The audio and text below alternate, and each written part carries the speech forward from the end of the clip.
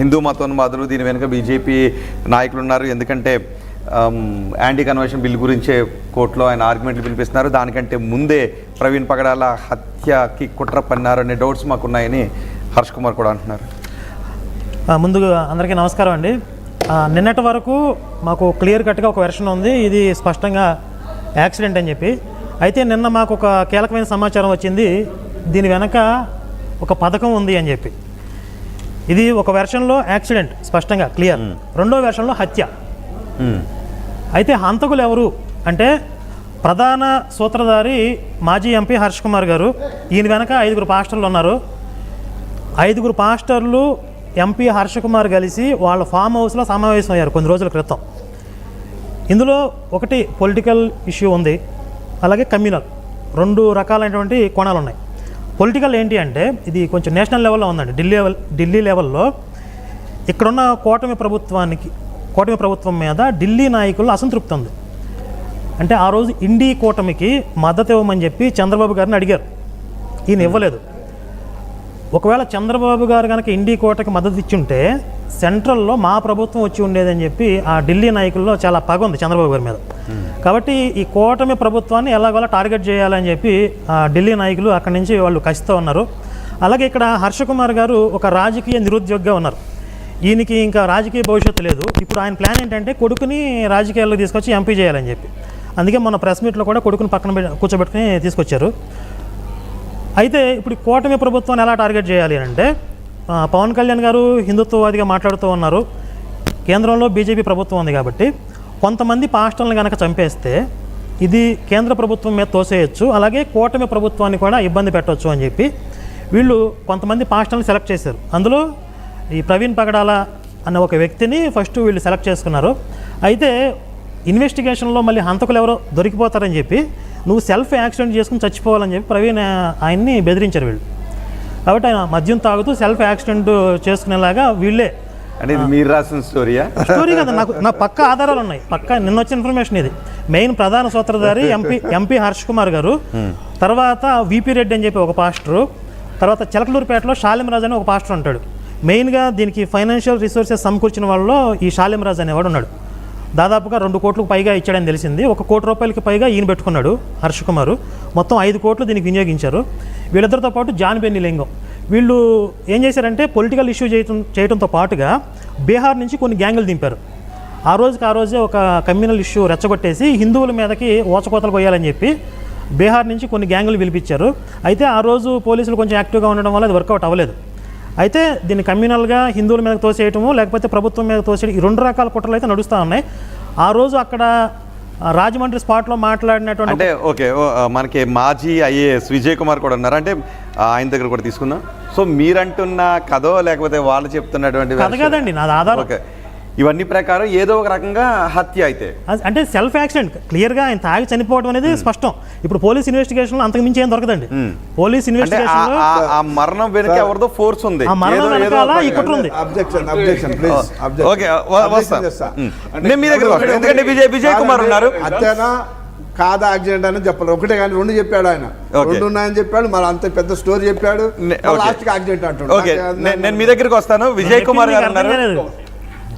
గారు ఉన్నారు, మాజీ ఐఏఎస్. ఆయన కూడా చాలా అనుమానాలని వ్యక్తం చేస్తున్నారు. విజయ్ కుమార్ గారు నమస్తే అండి.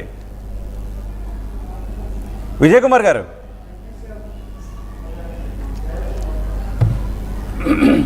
విజయ్ కుమార్ గారు, ఎస్, ఆయన జూమ్లో జాయిన్ అవుతున్నారు.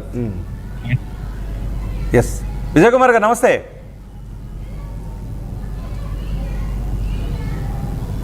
కొంచెం ఒకసారి పీసీఆర్ ఫ్రేమ్ కూడా సెర్చ్ చేయించండి ఒక్కసారి. నేను ఓకేనా? ఓకే, విజయ్ కుమార్ గారు నమస్తే. నమస్తే. విజయ్ కుమార్ గారు, మీరు కూడా చాలా అనుమానాలను వ్యక్తం చేస్తున్నారు. పోలీసులు ఏమి ఇన్వెస్టిగేషన్ అయిపోయింది, అదేమో యాక్సిడెంట్ అని పోలీసులు అంటూ ఉన్నారు.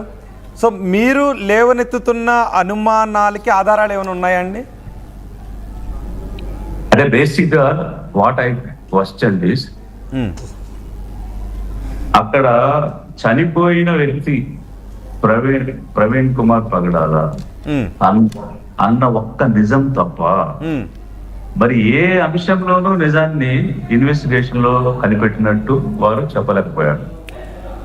ఎందుకంటే ఇప్పుడు అసలు హైదరాబాద్ లో బయలుదేరిన వ్యక్తి ఎవరు? అక్కడ కేవలం వారి ఫోను, వారి బైక్, వస్తువులను బట్టి ఆ మనిషి చనిపోయాడని ఎలా చెప్పగలుగుతాం? అసలు ప్రయాణం చేసిన వ్యక్తి ఎవరో తెలియదు, అతను ముఖం చూడలేదు, అతను ఎక్కడ ఆగాడో, ఎక్కడ తాగాడో, ఎక్కడ తిన్నాడో, ఎక్కడ వాష్రూమ్కి వెళ్ళాడు, ఏ డేటా లేదు. ఇదంతా ఒక ఎత్తు. అసలు అంటే ఇన్వెస్టిగేషన్ లో ఉన్న బేసిక్ ఫెయిల్యూర్ వ్యక్తి ఐడెంటిఫై కాలేదు. ఓన్లీ చనిపోయిన వ్యక్తి ఐడెంటిఫై అయ్యాడు తప్ప ప్రయాణించిన వ్యక్తి అయితే ఐడెంటిఫై కాలేదు. ప్రయాణించిన వ్యక్తి, ఒక్క నిమిషం అండి, ఇక్కడ నేను క్రాస్ క్వశ్చన్ చేస్తాను. ప్రయాణించిన వ్యక్తిని ఐడెంటిఫై చేయాలి అంటే ఎలా? ఫస్ట్ మనకు అది కావాల్సిందే. సో ప్రయాణించిన వ్యక్తిని ఐడెంటిఫై చేయాలి అంటే ఏంటి? ఎవరు ఐడెంటిఫై చేయాలి? అది జరిగిందా లేదా? ఇప్పుడు దానికోసమే నేనేం చెప్పాను, ఇప్పుడు చైన్ బ్రేక్ అయింది, దాన్ని లింక్ చేయలేకపోయారు.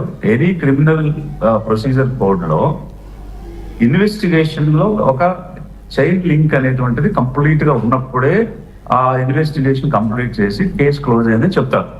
But without arriving A logical conclusion and logically linking each and every dot, they have just like that, ఇది అక్కడ ఉన్నాడు, వెళ్ళాడు చూడండి, వెళ్తున్నాడు చూడండి, నడిచాడు చూడండి, చనిపోయాడు చూడండి అని కేసు క్లోజ్ చేశారు. That cannot be a proper investigation as per law. That is number 1. Number 2, they have attributed certain habits and కొన్ని వాళ్ళు తాగారు, తిన్నారు అనేటువంటి కొన్ని అంశాలు వారు అట్రిబ్యూట్ చేసినప్పుడు దానికి ప్రీ హిస్టరీ ఏంటి?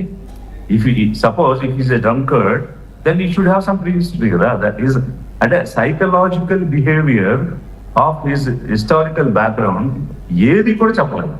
దాన్ని ఎక్కడ కూడా వాళ్ళు ప్రూవ్ చేయలేదు, బియాండ్ డౌట్ ప్రూవ్ చేయలేదు. ఇప్పుడు prosecution should be able to prove beyond doubt, then only it is admissible evidence. So వాళ్ళు ఇచ్చినటువంటి ఎవిడెన్స్ లో ఎక్కడ కూడా అతనికి తాగే హ్యాబిట్ ఉందని ప్రూవ్ చేయలేదు, మందు కొనే హ్యాబిట్ ఉందని ప్రూవ్ చేయలేదు, తన సొంత అకౌంట్ నుంచి కానీ ఎక్కడి నుంచి అయినా వాడు ఏ షాప్ అయినా వెళ్ళి కొన్నట్టుగా ప్రూవ్ చేయలేదు. అలాగే అతను బైక్ మీద జర్నీ చేశాడు. బైక్ మీద జర్నీ చేసేటప్పుడు అతని సైకలాజికల్ బిహేవియర్ ఆ బైక్ మీద వెళ్ళేటప్పుడు, ఇలాంటి 400 కిలోమీటర్లు ట్రావెల్ చేసేటప్పుడు ఎలా బైక్ మీద వెళ్తాడు, ఎందుకు వెళ్తాడు? సో ఇదొక ఎత్తు. మరి 12 గంటల 42 నిమిషాలు అతను ట్రావెల్ చేస్తే బయలుదేరిన దగ్గర ఇంట్లో ఉన్న వ్యక్తులకు కానీ, ఇక్కడికి రీచ్ అయ్యేటప్పుడు వాళ్ళకి చెప్పిన వ్యక్తులకు కానీ ఎంతమందికి ఫోన్ చేశారు, ఎవరితో మాట్లాడాడు, ఎక్కడున్నానని చెప్పాడు, ఇప్పుడు ఎక్కడున్నాను, ఇప్పుడు ఎక్కడికి వెళ్తున్నాను, ఈ మూమెంట్ ఏది కూడా విత్ ఎవిడెన్స్ ఇన్వెస్టిగేషన్ లో బయటకు రాలేదు, ప్రూవ్ చేయలేదు. So that means what? Only the person who expired died is doctor Praveen Kumar Pagadala. But how he died అనేది వాళ్ళు ఏ రూపంలో విత్ ఎవిడెన్స్ చెప్పలేకపోయారు. సో మేము చెప్పాం కాబట్టి యాక్సిడెంట్ అని నమ్మాలి అని అంటే అలా నమ్మాల్సిందే తప్ప ఇన్వెస్టిగేషన్ లో ఇదిగో ఈ రీజన్స్ వల్ల, ఈ కారణాల వల్ల, ఈ ఎవిడెన్స్ వల్ల ఇలా జరిగిందని చెప్పేటువంటి అవకాశం లేదు. ఇదంతా ఒకటైతే అంటే ఒక రీజనబుల్ అంటే ఒక సైంటిఫిక్ ప్రిన్సిపల్స్ ప్రకారం అక్కడ జరిగినటువంటి యాక్సిడెంట్స్ నేను రైజ్ చేసిన అంశాలు ఏంటంటే, మనదంతా లెఫ్ట్ సైడ్ క్యారేజ్ వే, మన వెహికల్స్ అన్ని వెహికల్ లెఫ్ట్ సైడ్ ఉంటాయి. సాధారణంగా వెహికల్ ఎప్పుడైనా యాక్సిడెంట్ జరిగినప్పుడు లెఫ్ట్ సైడ్ పడుతుంది, మనిషి మీద రైట్ సైడ్ పెట్టారని అనేది డౌట్ ఇక్కడ ప్రజలందరూ అనేది. మరి అలా రైట్ సైడ్ బైక్ పడదు, అది సైంటిఫిక్. అంటే 100% పడదా, 1% అయినా పడే అవకాశం ఉంటుందా? అంటే 99% పడవు. సో అదొక ఆస్పెక్ట్ అయితే అక్కడ ఇప్పుడు మీరు ఫిజిక్స్ సరిగా అర్థం చేసుకోగలిగితే సమ్ వెలాసిటీతో వెహికల్ వెళ్తుంది, ఆ వెలాసిటీ వెళ్తున్న వెహికల్ కు ఆబ్జెక్ట్ పొల్యూషన్ జరిగింది, అప్పుడు దాని మీద ప్రయాణిస్తున్న వాళ్ళు జంప్ అయి పడిపోవడం సహజం. ఆ వెహికల్ ఎటో వైపు 99% లెఫ్ట్ సైడ్ పడుతుంది. బట్ బై అక్కడున్న ఆబ్జెక్ట్ ని బట్టి వచ్చిన అడ్డాన్ని బట్టి అది రైట్ సైడ్ పడితే పడుతుండొచ్చేమో కానీ, బట్ మనిషి మీద వెహికల్ పడటం అనేది ఇంతవరకు ఏ యాక్సిడెంట్ లో మనం చూసినటువంటి దాఖలాలు లేవు. సో ఇవన్నీ కూడా తర్వాత ఇక వూడ్స్ చూస్తే అవి హాస్పిటల్కి తెచ్చినప్పుడు ఫ్రెష్ గా ఉన్నాయి, అది కట్ ఎడ్జ్ తోటి షార్ప్ ఎడ్జ్ తో పడినట్టుగా ఆ వూండ్స్ ఉన్నాయి, కట్ చేసినట్టు ఉన్నాయి. అంతేగాని స్క్రాచ్ అయ్యి గీసుకుని ఏదో దేనికో తగిలితే పడిన వూండ్స్ లాగైతే లేవు. మరొక ముఖ్యమైన విషయం ఏంటంటే బాడీలో కాల్పులు ఉన్నాయి, కాల్చడం జరిగింది అనేటువంటిది అక్కడ ప్రత్యక్షం చూసిన వాళ్ళు చెప్పారు. పోలీస్ ఆఫీసర్సే కాలు మీద కాల్చారు అనే, అదే కాలిన గాయం ఉందని చెప్పారు.